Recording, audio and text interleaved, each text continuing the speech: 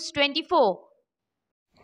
স্বাস্থ্য পরিষেবার সার্বিক উন্নয়নের লক্ষ্যে এবং স্বাস্থ্যসাথী প্রকল্পের কার্যকর প্রয়োগ এবং সরকারি নীতিমালা বাস্তবায়নের উদ্দেশ্যে private hospital and nursing home owners অ্যাসোসিয়েশনের উদ্যোগে মালদায় আজ বুধবার এক সাধারণ জনসভার আয়োজন করা হয়।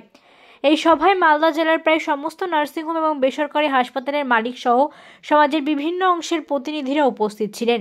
সভায় রাজ্য সরকারের সহযোগিতা এবং সহমতের ভিত্তিতে স্বাস্থ্য পরিষেবার উন্নয়নে একযোগে কাজ করার ওপর বিষয় গুরুত্ব আরোপ করা হয়। সেই সঙ্গে তারা জানান যে স্বাস্থ্যসাথী প্রকল্পের মাধ্যমে সাধারণ মানুষ বিনামূল্যে এবং স্বল্প মূল্যে চিকিৎসা পাচ্ছে, যা রাজ্য সরকারের এক অনন্য পদক্ষেপ। তবে কিছু ক্ষেত্রে প্রকল্পের সুষ্ঠু বাস্তবায়নে কারিগরি ত্রুটি এবং তথ্যগত ভুলের কারণে সমস্যা দেখা দিচ্ছে।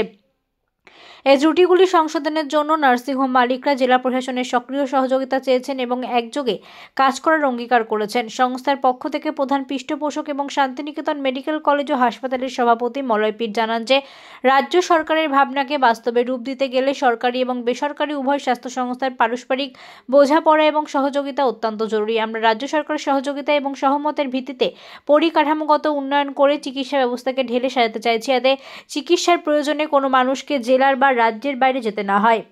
সভায় বক্তারা বলেন যে মালদা জেলার সীমান্তবর্তী এলাকায় হওয়া প্রতিদিন হাজার হাজার মানুষের সরকারি এবং বেসরকারি হাসপাতালে চিকিৎসা নিতে আসে, তাই প্রত্যন্ত অঞ্চলের মানুষ যেন সহজে পান সেই লক্ষ্যে প্রতিটি প্রতিষ্ঠানকে দায়িত্বশীল হতে হবে। সভায় উপস্থিত নার্সিংহোম মালিকদের মতে রাজ্য সরকারের উদ্যোগের সঙ্গে তাল মিলিয়ে আমরা যদি আন্তরিকভাবে কাজ করি তাহলে মালদা জেলা তথা রাজ্যের স্বাস্থ্য পরিষেবা আরও উন্নত মানবিক হবে।